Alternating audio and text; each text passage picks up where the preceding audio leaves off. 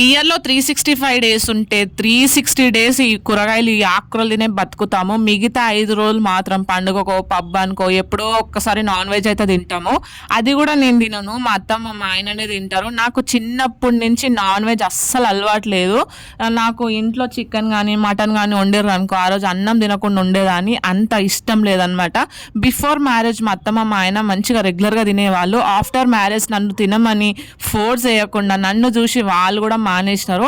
ఈ విషయంలో అయితే నేను చాలా గ్రేట్. అంటే మళ్ళీ కొన్నిసార్లు ఫీల్ అవుతా, నా వల్ల తినడం మానేసినారు కదా అని ఫీల్ అవుతుంటా. మళ్ళీ ఏమనిపిస్తుంది, అరే నాన్ వెజ్ తినడం మంచిది కాదు కదా, వెజిటేబుల్స్ ఇంకా ఈ ఆకుకూరలు తింటే హెల్త్కి మంచిది కదా అని ఫీల్ అవుతుంటా.